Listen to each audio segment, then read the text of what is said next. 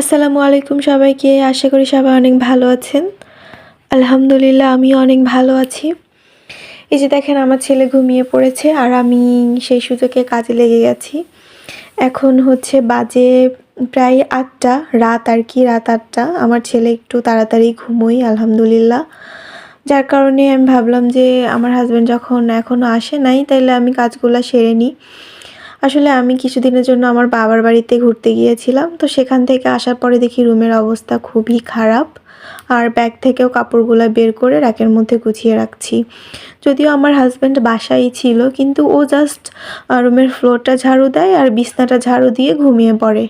আবার ঘুম থেকে উঠেও সেম কাজটাই করে। এইজন্য দেখি যে রুমের আশেপাশে অনেক ধুলা ময়লা জমে গিয়েছে।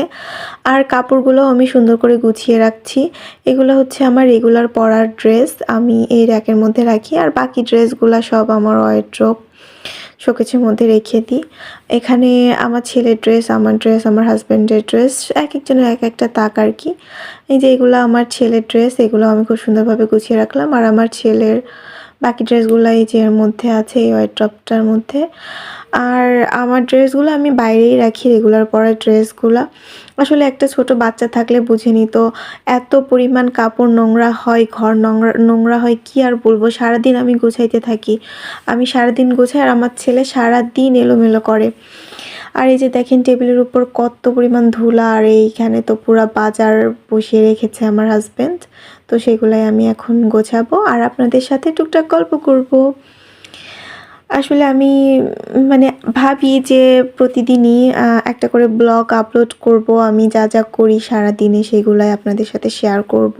কিন্তু সময় সুযোগ বুঝে হয়ে ওঠে না, কারণ আমার বাচ্চা অনেক ছোট। সারাদিন আমার ওর পেছনে চলে যায়।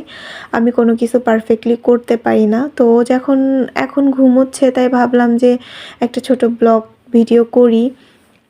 সারাদিনে আমি যা যা করি বা এখন যা করছি সেটাই আমি আপনাদের সাথে শেয়ার করি। এই যে আমি এখন আমার শোকেসের উপরটা খুব সুন্দরভাবে গুছিয়ে নিব। আসলে রুমটা যদি সুন্দরভাবে পরিষ্কার পরিচ্ছন্ন সাজানো গোছানো থাকে তাহলে না মনের মধ্যে অনেক ভালো লাগে। একটা শান্তি শান্তি কাজ করে, মন ভালো হয়ে যায়। আর রুমটা যদি অগোছালো থাকে তাহলে মেজাজটা এমনিতেই খিটমিটে হয়ে যায়। আর যাদের একটা বাচ্চা আছে তাদের কথা তো আর কি বলবো, তারা তো অবশ্যই বুঝবেন যে এইটার যে কি একটা অশান্তি। সারাদিন বাচ্চার মারা রুম গোছাইতে থাকে আর বাচ্চারা সারাদিন এলোমেলো করতে থাকে। আমার ছেলের খেলনা, জামা কাপড় সব কিছু এখানে সেখানে ছিটানো থাকে। ও যখনই ঘুমোয় আমি তখনই গোছাই আর ঘুম থেকে ওঠার পরে আবার যা তাই করে। এবার আমি আমার ব্যাগ থেকে আমার কসমেটিক্স বা প্রসাধনী যাই বলেন, যাই হোক যেগুলো আছে ওগুলো আমি সুন্দরভাবে সাজিয়ে গুছিয়ে রাখবো। তারপরে আমি সব কিছু গুছিয়ে, এর মধ্যে কিন্তু আমার ছেলে আরও ২-৩ বার উঠে পড়েছে। আমি তাকে আবার ঘুম পাড়িয়ে দিয়েছি, যদিও সেই ভিডিও ক্লিপগুলো নেওয়া হয় নাই। আসলে আমার ছেলেকে কোলের মধ্যে নিয়ে ঘুম পাড়ানোর এমন বাজে অভ্যাস আমি করে দিয়েছি যে ওকে রেখে আমি কোনো কিছু করতেই পারি না। ওকে কোলের মধ্যেই রাখতে হয় ও ঘুমানোর পরেও। তো মাঝে মধ্যে ও উঠে পড়ে, ওকে আবার কোলের মধ্যে নিয়ে ঘুম পাড়িয়ে তারপরে আমি কিছুক্ষণের জন্য আবার এসে কাজ করি। এটাই আমার প্রতিদিনের রুটিন।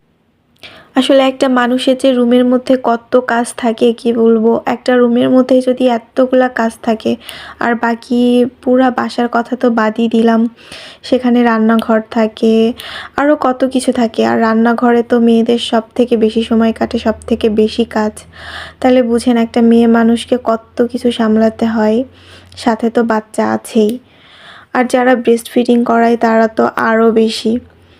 আচ্ছা যাই হোক, আপনাদের সাথে কথা বলতে বলতে আমার কাজগুলো অনেকটাই গুছিয়ে নিয়েছি। আর এই ছোট প্রেসার কুকারটা আমি আমার ছেলের জন্য কিনেছিলাম ওর খাবার রান্না করার জন্য।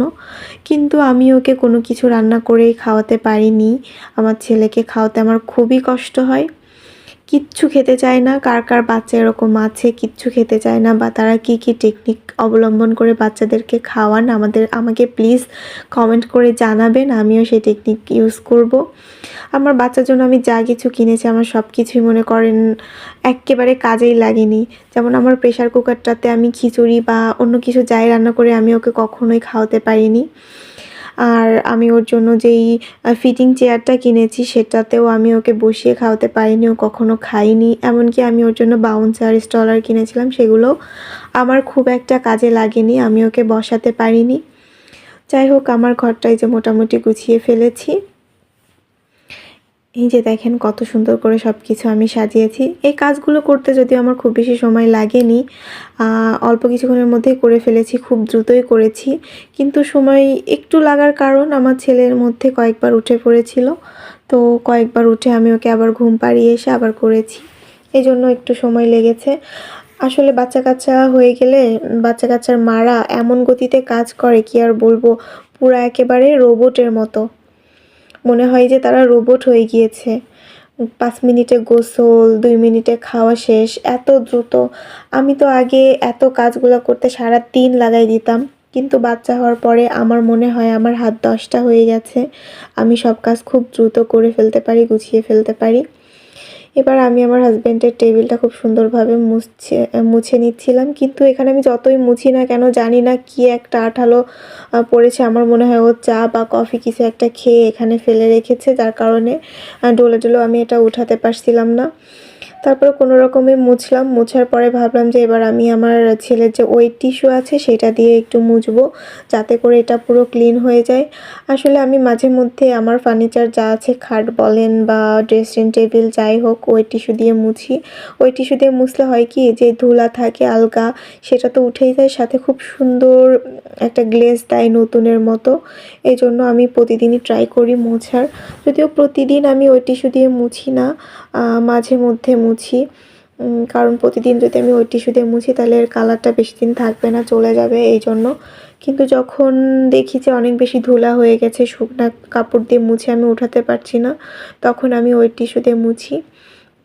আর মোটামুটি আমার আজকের কাজ কমপ্লিট। এরপরে আমি ঘরটা ঝাড়ু দিলে আমার কাজ কমপ্লিট হয়ে যাবে। আর এখনও আমার হাজব্যান্ড আসে নাই, যদিও ও আসে একটু লেট করে বলতে 9:30 বা 9টার মধ্যে চলে আসে। কিন্তু আমরা তো যেহেতু গ্রামে থাকি, গ্রামের মধ্যে 9:30 বা 9টা মানে জানেনই তো অনেক রাত। আর শীতের মধ্যে, গরমের মধ্যে যদিও কিছু মনে হয় না, কিন্তু শীতের মধ্যে অনেক রাত। এবার আমি আমার ঘরটা খুব সুন্দর করে ঝাড়ু দিয়ে নিব, যদিও পুরোপুরি ঝাড়ু দিব না, কারণ আমার ছেলে উঠে পড়বে, এর মধ্যে আমাকে খাওয়া দাওয়া কমপ্লিট করতে হবে। এই জন্য মোটামুটি যে হালকা ধুলাগুলো আছে ভিতর মাঝ বরাবর দিয়ে, সেগুলো আমি পরিষ্কার করব। আর সকালবেলা পুরো রুমটা সুন্দরভাবে ঝাড়ু দিলেই হয়ে যাবে। আর আমার ভিডিওটা কে কোন জায়গা থেকে দেখছেন অবশ্যই আমাকে কমেন্ট করে জানাবেন। আর আমার ভিডিও যদি ভালো লেগে থাকে তাহলে অবশ্যই একটা লাইক, কমেন্ট, শেয়ার করবেন। আর ভিডিওটা পুরো দেখার জন্য সবাইকে ধন্যবাদ।